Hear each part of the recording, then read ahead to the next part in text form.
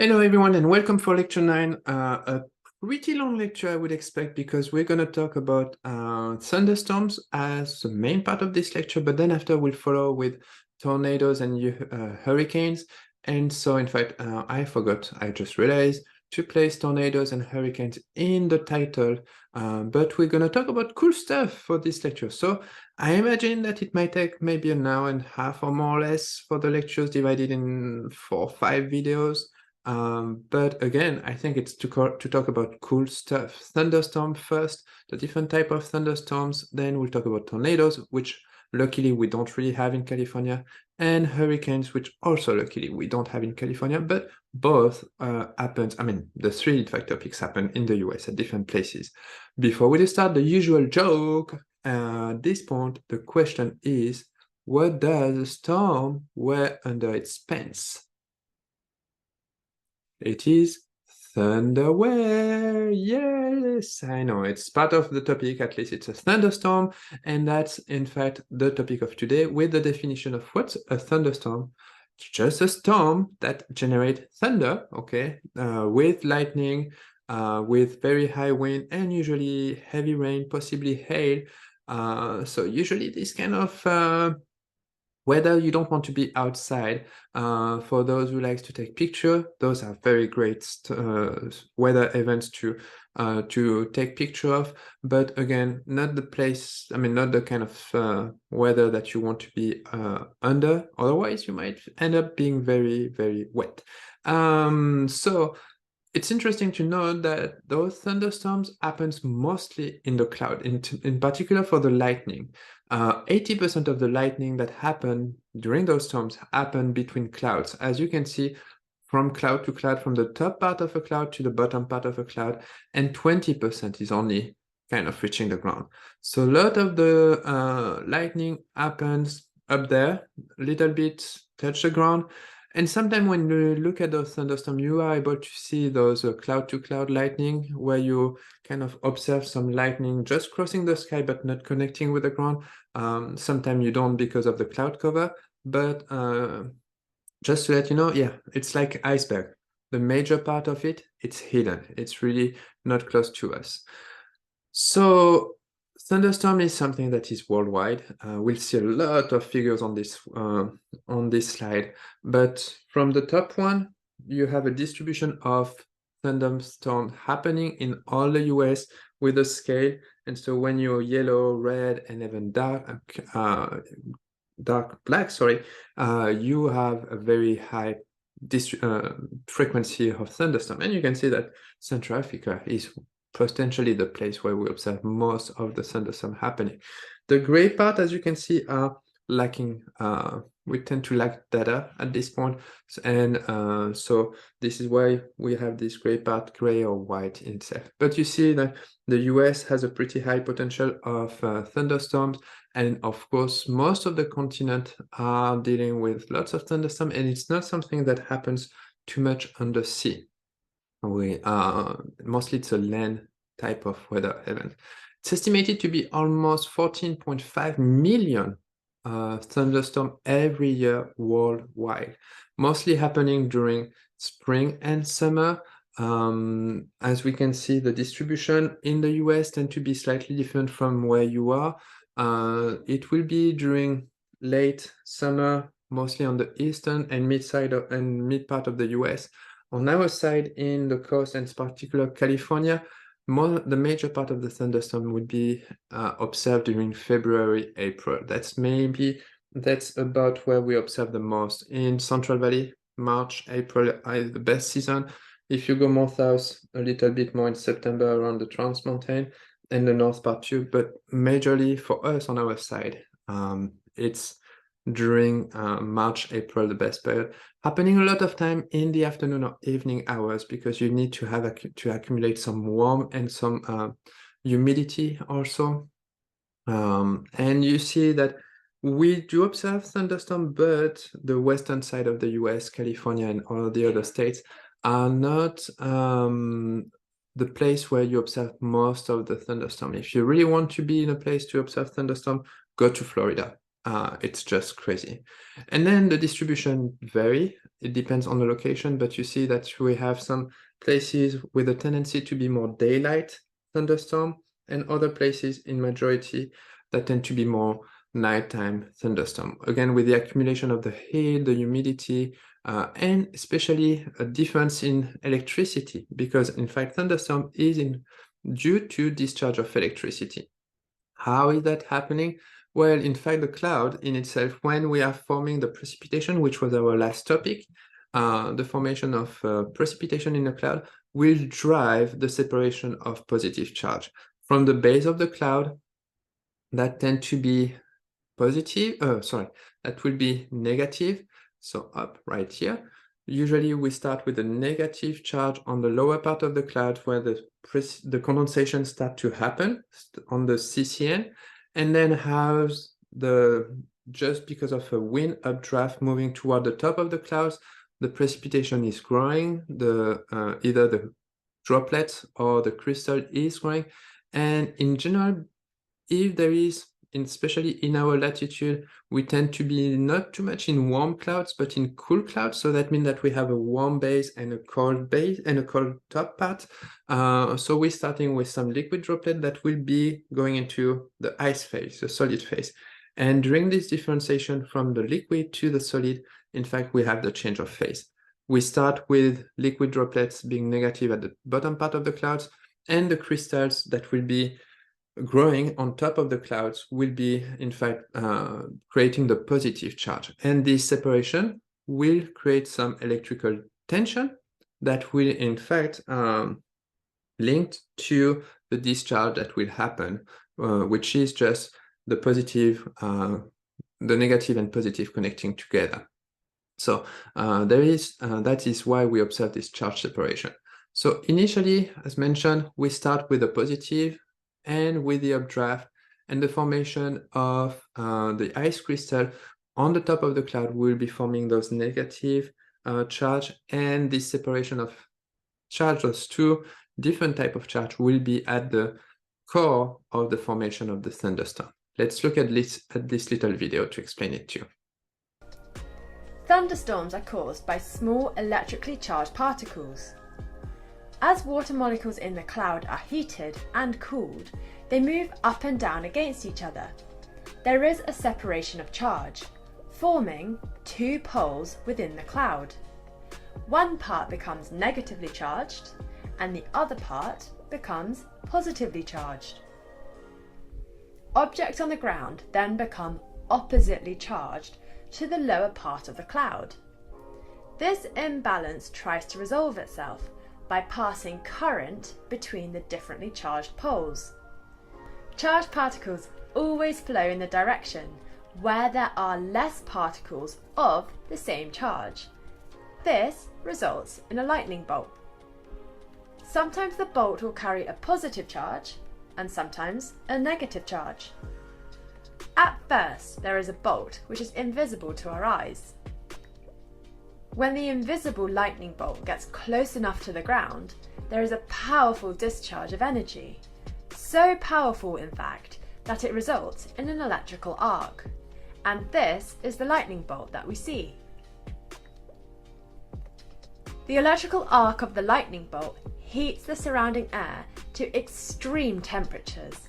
In fact, the air around can be heated to 5 times hotter than the sun. This heat causes the surrounding air to rapidly expand and vibrate, which is the rumbling thunder that we hear. So lightning can come in many different colours, and the colour depends on atmospheric humidity, temperature, and levels of air pollution. All right, so let's go into more details. And I realize, in fact, that the drawings are not kind of a little bit confusing versus what I explained. So let's skip about the drawing because they don't represent good, in fact, the type of charge. I'm just realizing now. But follow the video. The video was well explaining that. So feel free to we watched that video as it is part of the web page of this lecture. So thunderstorms are discharge of electricity. They're creating what we call a flash, which is in fact the lightning part, which is the process where the electrons are moving from the clouds to the ground, connecting the positive toward the negative part of it.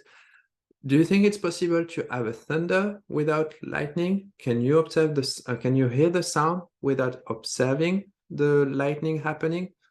Not, in fact. You need to have that lightning to obtain the thunder. And you can observe lightning without hearing any thunder. It's possible. Why that?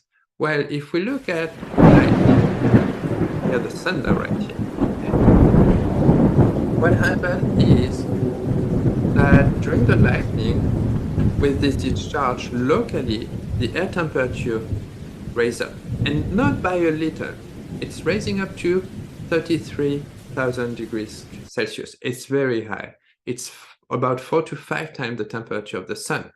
So it's very, very high temperature. It's just local on this lightning. And so what happened is locally the air expands violently because it's warming up. So the volume just increased, blast just on the moment. And it's creating this blasting, create a sound wave that goes pretty fast. However, sound is different than light. Light will travel very fast. It's estimated to be 10 to the 8 meters per second. So it's it's moving very fast. The sound moves about 300 meters per second. So it's moving quite slowly.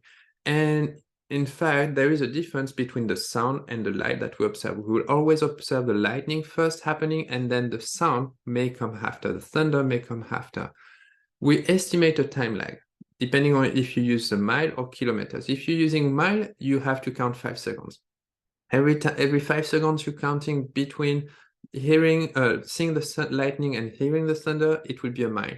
If you use kilometer, it's 3 seconds. For every 3 seconds you're counting, there is a kilometer of distance. And at some point, usually around 20, 30 kilometers of distance, you won't be hearing the thunder anymore because with the distance, the sound just decrease. You may just experience it by hearing some music or listening to someone. If you're moving away from that person or that music, you can hear the sound decreasing. Well, that's what happened. With light, it takes much more distance for that to happen. So you may observe lightning, but not hear the thunder. However, if you hear the thunder, and let's take this example, you're at UC Merced, you observe a lightning, and you're counting from the lightning to the thunder that you're able to hear, you're counting 24 seconds. And it's asking you to estimate the distance from your observation to where the lightning happened. Since it's given in kilometers, we'll be using that scale right here.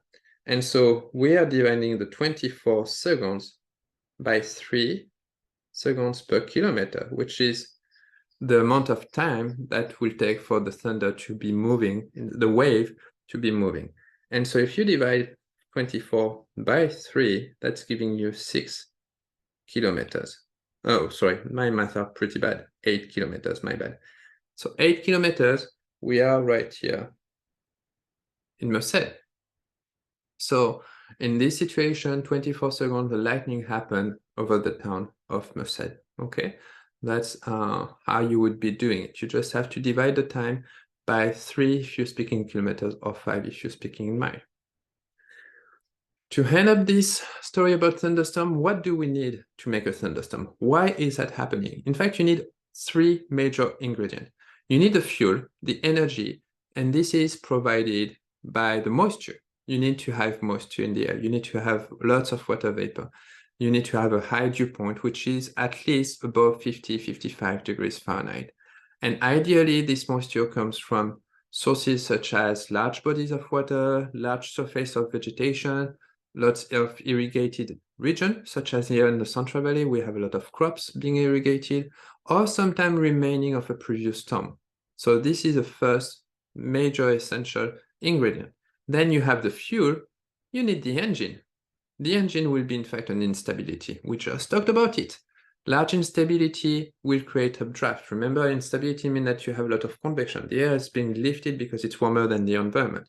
And so you need, like those lava lamps, you need to have instability, and that is what will be creating those big convective clouds, cumulonimbus, those stormy clouds. Final one, you need a trigger. instability will make the air being lifted, but it might not, you need to explain the reason behind. And this instability will be created by the lifting. This instability will be created either by orographic lift, convective lift, which is what we saw previously, convergent lift also. So it's a push that makes, in fact, oops, sorry for that. I wanted to just have that one. It's a push that makes the air going up, okay? And you're obtaining something like what we can see in those lava lamps. Additionally, you can add a last one, which will create, in fact, more severe type of thunderstorm, the shear, the type of, you can add some wind speed. And the shear is what is being shown right here, is the difference of wind between the ground and the top part in higher elevation. The shear is a growing wind speed as you're moving from the ground to higher elevation. It's a gradient of wind that moves as you go from the ground to high elevation. This is a nice shear that you can observe. And this shear will, in fact, as we can see in a just regular cell versus supercell, you observe that the wind is about the same from the ground to the high elevation. You can look at the barb here and see that you have an increasing wind speed as you're moving higher in elevation, and even more on this one. So by adding more wind, especially when you go to higher elevation, you're creating those very big anvil type of shape for the cumulonimbus, resulting in a lot of a very, how to say, big type of thunderstorm that will live longer, that will be usually more active, increasing the risk of that thunderstorm in itself. And so if we, again, don't have too much shear, if there is not too much wind speed, the thunderstorm will be just an ordinary one. Just nice lightning, maybe little hail, but very small ones, some precipitation, and some very light wind. If you increase the shear, you can expect to have bigger precipitation, hail that might be even bigger, more intense wind, of course, and so having those type of thunderstorm that you really want to avoid, because otherwise they can be dangerous. And to end that video, I invite you to watch this one, what causes a thunderstorm. I won't be playing it here because, well, it will take more of your time. And it's kind of summarizing everything I kind of explain you now. So this video is available at the bottom part of the lecture recording that I'm just doing now. And I strongly invite you to review it, because it will probably clear up a few things that you may not have understood, or maybe that I didn't explain very well. All right, so that's the end of video number 1. I'll see you for the number 2, in which we're going to talk about the different kind of thunderstorms, because yes, we can classify the thunderstorms, and we have about 4 different ones. See you in a bit.